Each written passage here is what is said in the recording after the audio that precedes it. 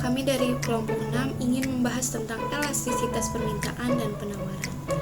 Materi yang akan kita bahas hari ini pertama ada tentang elastisitas permintaan dan penawaran. Yang kedua, koefisien elastisitas permintaan dan penawaran. Yang ketiga, ada menghitung dan menggambar elastisitas dan hasil penjualan. Apa sih elastisitas permintaan? Elastisitas permintaan merujuk pada sejauh mana perubahan harga suatu barang atau jasa mempengaruhi jumlah permintaan barang atau jasa tersebut. Oleh sebab itu, perlu dikembangkan sampai di mana besarnya pengaruh perubahan harga terhadap perubahan permintaan. Koefisien elastisitas permintaan. Koefisien elastisitas permintaan adalah angka yang menunjukkan seberapa besar perubahan jumlah barang yang diminta dalam kaitannya dengan perubahan harga. Berikut adalah rumus perhitungan koefisien elastisitas permintaan. Koefisien elastisitas permintaan adalah suatu angka penunjuk yang menggambarkan sampai berapa besarkah perubahan jumlah barang yang diminta apabila dibandingkan dengan perubahan harga.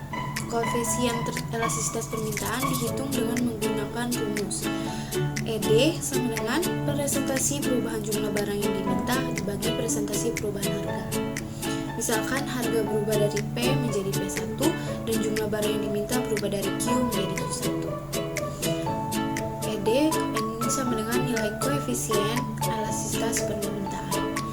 Segitiga Q adalah perubahan jumlah penawaran. Segitiga P sama dengan perubahan harga, Q adalah jumlah permintaan awal, dan P adalah harga awal. Ada beberapa faktor yang mempengaruhi elastisitas permintaan. Yang pertama, ketersediaan subsidi. Semakin banyak barang pengganti atau substitusi yang tersedia untuk suatu barang, semakin elastisitas permintaannya. Contohnya, jika harga kopi meningkat, orang bisa beralih ke teh atau minuman lain. Dengan sebanyaknya alternatif, permintaan terhadap kopi menjadi lebih elastis. Yang kedua, jumlah pendapatan yang dibelanjakan. Besarnya bagian pendapatan yang digunakan untuk membeli suatu barang dapat mempengaruhi elastisitas permintaan terhadap barang tersebut. Contohnya, jika harga beras naik sedikit, permintaan barang kebutuhan dasar yang relatif murah dan sering dibeli oleh konsumen. Yang ketiga, jangka waktu analisis. Elastisitas permintaan ini dapat berubah seiring waktu. Nah, contohnya jika harga bensin naik, dalam jangka pendek orang mungkin masih terus menggunakannya karena mereka belum memiliki banyak pilihan seperti kendaraan listrik.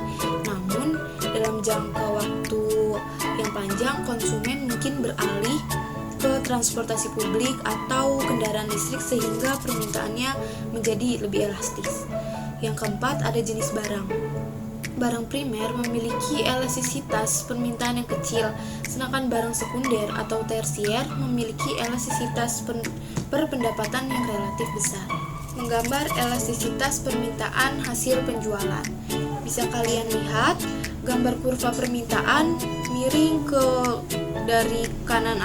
dari kiri atas ke kanan bawah. Ini menunjukkan hubungan negatif antara harga dan jumlah yang diminta.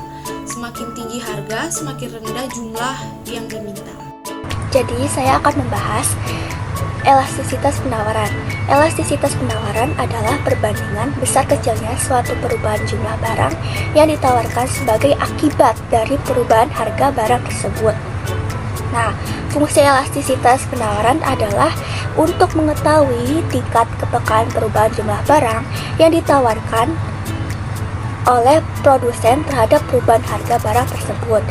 Nah, elastisitas penawaran salah satu aspek ekonomi yang penting dalam ilmu ekonomi. Dengan mengetahui elastisitas penawaran, perusahaan dapat menentukan kapasitas produksi produknya. Lalu slide berikutnya itu ada koefisien elastisitas penawaran. Koefisien elastisitas penawaran adalah angka atau persentase perbandingan antara perubahan jumlah barang dengan perubahan jumlah barang yang ditawarkan. Koefisien ini digunakan untuk mengukur seberapa besar atau kecilnya kepekaan jumlah penawaran barang terhadap perubahan harga. Jadi di sini ada rumus perhitungan koefisien elastisitas penawaran. Rumus koefisien elastisitas penawaran, rumusnya itu adalah persentase perubahan jumlah barang yang ditawarkan dibagi persentase perubahan harga. Atau rumusnya diubah menjadi QB dikurang QA per QA dibagi PB dikurang PA per PA. Atau di sini rumusnya itu elastisitas penawaran, di mana delta QS perubahan kuantitas yang ditawarkan dibagi QS awal kuantitas yang ditawarkan awal, atau delta P perubahan harga dibagi harga awal. Jadi set berikutnya itu ada faktor yang mempengaruhi penawaran. Jadi faktor yang mempengaruhi penawaran pertama itu ada waktu produksi. Jumlah waktu yang dibutuhkan produsen untuk merespon perubahan harga sangat penting bagi elastisitas penawaran. Jika harga suatu output meningkat dan produsen memiliki waktu untuk menyesuaikan penawaran akan lebih elastis. Jika produsen tidak dapat merespon kenaikan harga, penawaran tidak elastis. Dalam jangka pendek, penawaran mungkin tidak elastis. Namun, jika diberi banyak waktu untuk merespon, penawaran akan elastis. Misalnya, katakanlah harga labu meningkat karena pola makan labu yang populer. Pasokan awalnya tidak elastis karena butuh banyak waktu. Namun, dalam jangka panjang, pasokan menjadi lebih elastis karena petani akhirnya memproduksi banyak labu. Kedua itu ada ketersediaan sumber daya yang langka. Jika suatu perekonomian menggunakan sebagian besar sumber dayanya yang langka, bisnis tidak akan mampu meningkatkan produksi dan pasokan akan tetap tidak bergerak. Pasokan dalam hal ini akan bersifat inelastis, tidak terpengaruh oleh perubahan harga. Misalnya, harga roti kayu manis naik karena sumber dayanya yang langka. Bisnis tidak akan dapat meningkatkan pasokan roti kayu manis secepat itu karena bahan bakunya langka. Dalam kasus ini, pasokan tidak elastis. Jika kayu manis tersedia dengan mudah, pasokan mungkin elastis.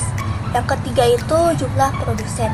Semakin banyak produsen yang tersedia untuk memproduksi suatu output, semakin mudah pasokan dapat ditingkatkan. Pasokan menjadi lebih elastis seiring dengan peningkatan jumlah produsen.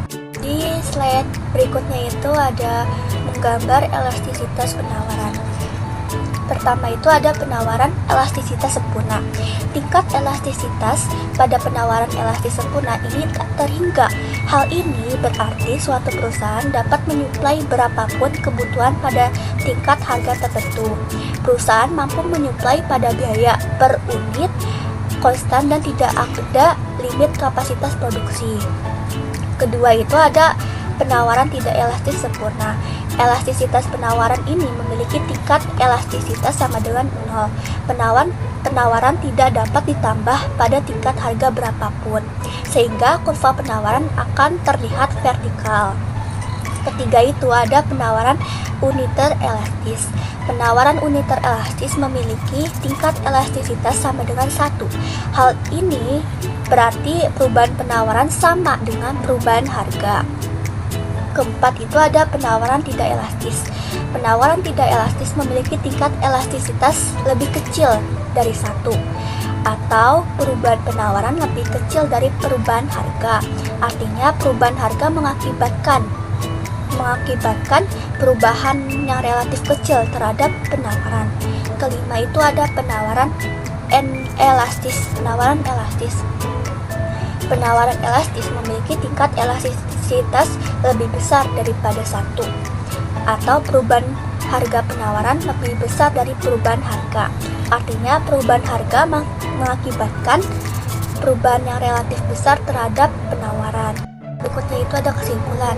Elastisitas permintaan dan penawaran membantu dalam memahami memahami perilaku pasar. Permintaan yang elastis cenderung lebih sensitif terhadap perubahan harga, sedangkan penawaran yang elastis menunjukkan kemampuan produsen untuk menyesuaikan output. Informasi ini berguna dalam pengambilan keputusan ekonomi, baik untuk bisnis maupun kebijakan publik. Terima kasih sudah menyaksikan video kami. Bye-bye.